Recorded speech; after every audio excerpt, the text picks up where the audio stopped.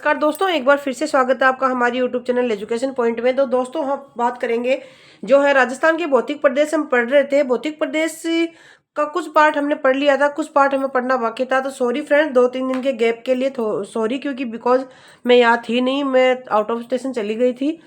तो अब मैं वापसी कर ली है, अब रेगुलर हमारे वीडियोज आपको देखने को मिलेंगे। तो चलिए शुरू करते हैं, ज़्यादा देरी ना करते हुए। हमने पढ़ लिया था घग्गर बेसिन तक, इसका विस्तार गंगानगर और हनुमानगढ़ में है। काठी या बग्गी एक चीज होती है जिससे इस बेसिन में पाई जाने वाली चिकनी या उपजाऊ मिट्टी, जिसका विस्तार गंगानगर और हनुमानगढ़ में पाया जाता है, इसको काठी या बग्गी के नाम से जाना जाता है। यहाँ तक हमने पढ़ लिया था। लेकिन अब हम पढ़ेंगे मरुस्थल से संबंधित अन्य महत्वपूर्ण बिंदु, यानी मरुस्थल से संबंधित कुछ बिंदु ऐसे हैं जो एग्जाम में बार बार पूछे जाते हैं, हर बार पूछे जाते हैं और बहुत इंपॉर्टेंट है। इंपॉर्टेंट चीजें ही मैं आप तक पहुंचाऊंगी, आप तक आपको पढ़ाऊंगी, ताकि इंपॉर्टेंट चीजें पढ़े, हम फालतू कचरा ना पढ़ के हम फैक्ट पे पढ़ाई करेंगे, ताकि हमारा टाइम भी बर्बाद ना हो और अच्छी चीजें भी हम पढ़ पाए। तो फ्रेंड्स, मरुस्थल से संबंधित अन्य महत्वपूर्ण बिंदु आज हम पढ़ने वाले हैं। तो देखिए, पहला है खड़ीन या प्लाया झील। आपको मैं बता दूं, खड़ीन या प्लाया झील किसका नाम है, किसको कहते हैं खड़ीन या प्लाया झील। एग्जाम में बार बार पूछा जाता है कि प्लाया झील क्या है या खड़ीन क्या है। तो याद रखिएगा, मरुस्थल में पाई जाने वाली अस्थायी पानी की झीलों को खड़ीन कहा जाता है। यानी कि मरुस्थल में पाए जाने वाली अस्थायी पानी की झीलें होती है, यानी छोटी छोटी पानी की झीलें होती है जो मतलब अस्थायी होती है, वो स्थायी नहीं होती है, वो कहीं पे भी बन सकती है। तो उनको क्या कहते हैं, खड़ीन कहा जाता है। और जिसमें पालीवाल ब्राह्मणों को द्वारा खड़ीन कृषि की शुरुआत की गई थी। जो हमारे पालीवाल ब्राह्मण थे, खड़ीन कृषि किया करते थे उन झीलों के द्वारा, तो उसको खड़ीन नाम दे दिया गया। इन झीलों में मुख्यतः रबी की फसल बोई जाती है। तो इन झीलों में कौन सी मुख्यतः फसल बोई जाती है, वो है रबी की फसल इसमें बोई जाती है। तो ये हो गया हमारा खड़ीन या प्लाया। और ये झील अब मुख्यतः कहाँ पाई जाती है, कौन से भाग में पाई जाती है, तो वो हम पढ़ेंगे। ये जैसलमेर के उत्तरी भाग में पाई जाती है। याद रखिएगा फ्रेंड्स, ये देखिए, ये झील मुख्यतः जैसलमेर के उत्तरी भाग में पाई जाती है। ये बहुत इंपॉर्टेंट है, खड़ीन या प्लाया, बार बार एग्जाम में यहाँ से क्वेश्चन पुटअप होता है। अगला देखिए, रन या टाट। या तो रन बोल दो या तो टाट बोल दो, दोनों में से एक नाम आएगा। और आपसे पूछा जाएगा कि आखिर रन या टाट किसको बोला जाता है, ऐसी कौन सी मिट्टी जिसको आप मिट्टी या कुछ भी, आपको तो ये पूछा जाएगा रन या टाट क्या है। तो बस हम पढ़ेंगे, मरुस्थल में पाई जाने वाली एक लवणीय दलदली भूमि होती है जिसको अपन रन या टाट कहते हैं। लेकिन क्या है देखिए, इसका डिटेल में वो पढ़ेंगे हम। तो ये देखिए, मरुस्थल में पाई जाने वाली लवणीय दलदली या अनुपजाऊ भूमि, यानी कि मरुस्थल एरिया में पाई जाने वाली लवणीय जो नमकीन भूमि होती है, लवण होता है जिसके अंदर, या दलदली भूमि या तो अनुपजाऊ, जहाँ पे खेती नहीं की जा सके, ऐसी भूमि को हम क्या कहेंगे, रन या टाट कहेंगे। अगला देखिए, रन सर्वाधिक जैसलमेर व बाड़मेर पर पाया जाता है। रन सर्वाधिक कहाँ पाया जाता है, जैसलमेर व बाड़मेर में। तो आपको क्वेश्चन पूछ लिया जाए कि रन भूमि सर्वाधिक कहाँ पाई जाती है, तो कहाँ बताएंगे, जैसलमेर और बाड़मेर। रन क्या है, तो आप बताएंगे मरुस्थल में पाई जाने वाली लवणीय दलदली या अनुपजाऊ भूमि, इसको हम रन कहते हैं। हो गया हमारा रन। अब देखिए, यह है जैसलमेर का पार्ट जिसके अंदर भाकरी और पोखरण दो आते हैं। ये जोधपुर जिसमें 2 जिले आते हैं, फलोदी और बाप, चूरू, ताल छापर और परिहरण। ये रण जोधपुर के अंदर 2 क्षेत्र है, फलोदी और बाप, चूरू जिले में है, ताल छापर और परिहरी रण। ये देखिए, दो रण हमारे चूरू में पाए जाते हैं और बाड़मेर में है थोब। जो रण पाए जाते हैं उन रणों के नाम दिए गए हैं इसके अंदर, ठीक है, याद रखिएगा। ये 2 पॉइंट हो गए हमारे। एक हो गया हमारा खड़ीन या प्लाया झील या फिर रन या टाट, 2 हो गए। अब तीसरा हम पढ़ेंगे जलपट्टी या लाठी सीरीज। बहुत इंपॉर्टेंट है, बार बार एग्जाम में पूछा जाता है कि जलपट्टी या लाठी सीरीज क्या है, और इसके बारे में पढ़ते हैं। सरस्वती नदी के भूगर्भिक जलीय अवशेष। ये देखिए, सरस्वती नदी के भूगर्भिक यानी भूगर्भ में पाए जाने वाले जल के अवशेष, उनको क्या कहते हैं, जलपट्टी या लाठी सीरीज कहते हैं। सरस्वती नदी के भूगर्भ में पाए जाने वाले जलीय अवशेष को हम जलपट्टी या लाठी सीरीज कहते हैं, जो मुख्यतः जैसलमेर के पोखरण व मोहनगढ़ के मध्य स्थित है। याद रखिएगा, कहाँ स्थित है, पोखरण व मोहनगढ़ के मध्य। जलपट्टी पर चांदन गांव में नलकूप सर्वाधिक है, जिन्हें क्या कहा जाता है, थार का गड़ा। जलपट्टी पर क्या है, चांदन गांव में सबसे ज्यादा क्या है, नलकूप सर्वाधिक है, जिसे क्या कहा जाता है, थार का गड़ा। अब क्वेश्चन यहाँ से बन जाए कि जलपट्टी पर ऐसी क्या चीज सर्वाधिक है जो जिसकी वजह से हम इसको थार का गड़ा बोलते हैं, तो याद रखिएगा, नलकूप। जलपट्टी पर पाई जाने वाली सेवन घास, ये बहुत इंपॉर्टेंट है, बार बार पूछा जाता है। सेवन घास को गोडावण की शरणस्थली कहा जाता है। जल पट्टी पर ये सेवन घास इससे कितने क्वेश्चन बन सकते हैं। देखिए सेवन घास कहाँ पाई जाती है, जल पट्टी पर। अब जल पट्टी पर पाई जाने वाली घास को क्या कहते हैं, सेवन घास। सेवन घास को गोडावण की क्या कहते हैं, शरणस्थली। 3 क्वेश्चन बन गए यहाँ से।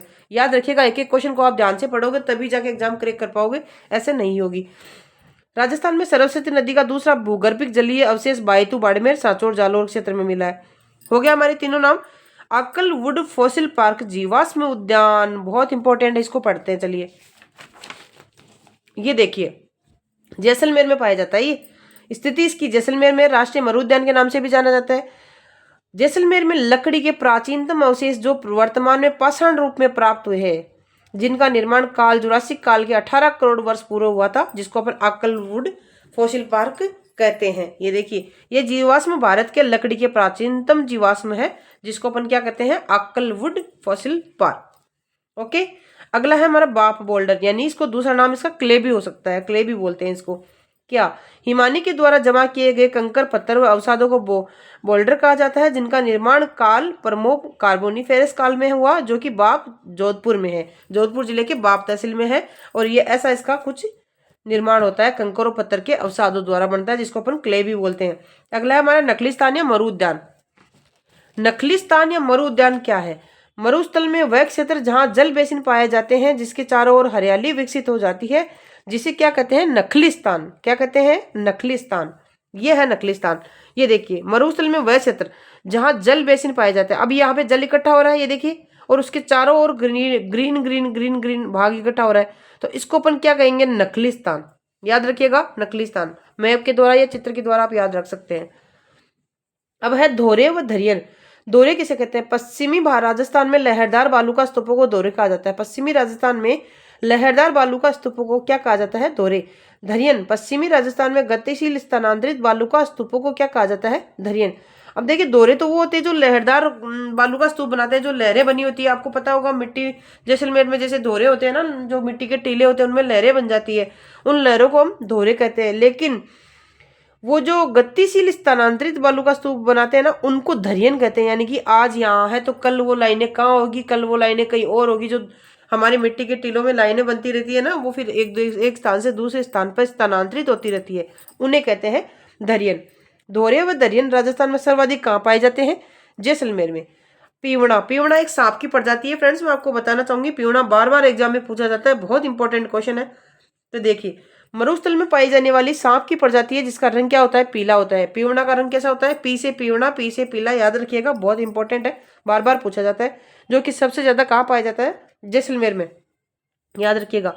मरुस्थल का मार्च, मरुस्थल का आगे की ओर बढ़ना मरुस्थलीकरण या मरुस्थल का मार्च कहलाता है, जो राजस्थान से हरियाणा की ओर सर्वाधिक हो रहा है। मरुस्थल जो है वो मरुस्थल का आगे बढ़ना क्या कहलाता है, मरुस्थल का मार्च कहलाता है। और अभी वर्तमान में राजस्थान से हरियाणा की ओर सबसे ज्यादा मरुस्थल का मार्च हो रहा है, यानी मरुस्थल बढ़ रहा है, जिसकी दिशा दक्षिणी पश्चिम से उत्तर पश्चिम की ओर। याद रखिएगा, इंपॉर्टेंट क्वेश्चन बन जाता है कि राजस्थान की जो राजस्थान मरुस्थल का मार्च है उसकी दिशा कौन सी है, तो दक्षिण पश्चिम से उत्तर पश्चिमी, उत्तर पूर्वी सॉरी।